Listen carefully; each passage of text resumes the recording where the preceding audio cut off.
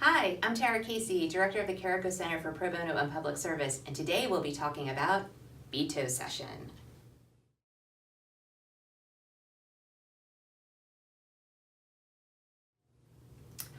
All compelling stories have a sequel, and the Virginia General Assembly is no exception. In this case, the sequel is known as Veto session.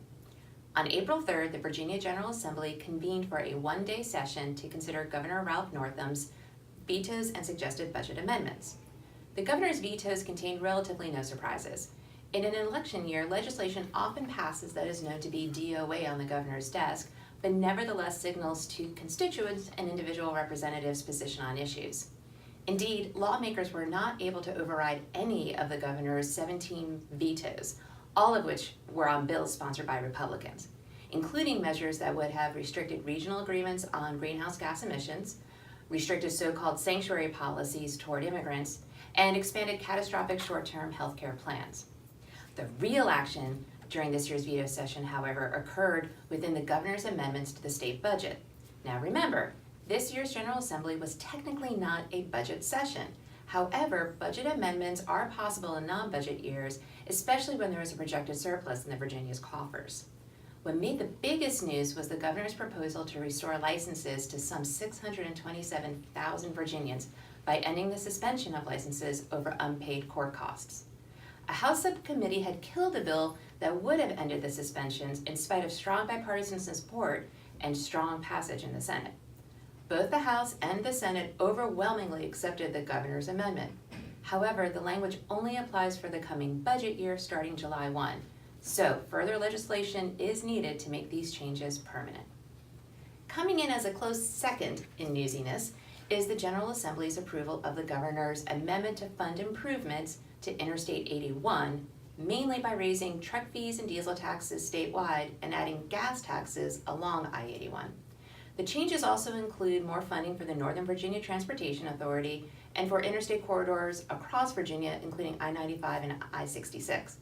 The entire package should also generate about $27 million a year for work on I-64, which is welcome news to the Tidewater-Hampton Roads area.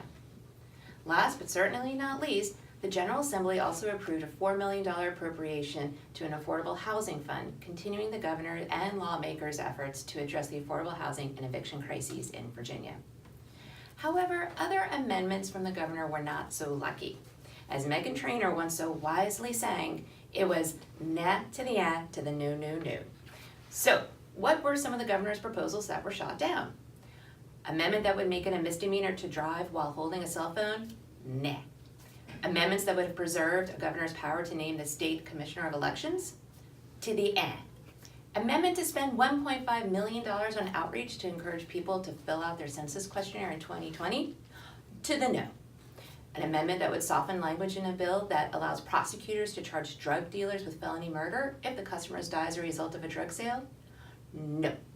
Amendment that would have increased the number of low-income people who will get special one-time tax refunds? No. But this song is not over, as any bills whose amendments were rejected now go back to the governor to approve or veto. Finally, the one-day veto session also serves as the first stop of a farewell tour for the retiring lawmakers who have decided not to run for re-election. 3 Republican senators and 4 Republican delegates have announced their retirements, most notably Senator Frank Wagner of Virginia Beach, Senator Dick Black of Loudoun, and Senator Bill Carrico of Bristol. One Democrat, David Toscano of Charlottesville, also announced his retirement this year, which is a perfect segue for this public service announcement. All 140 General Assembly seats and a number of local positions are on the ballot this November. Educate yourself on the issues, engage with the candidates, and V to the O to the T and E. Vote.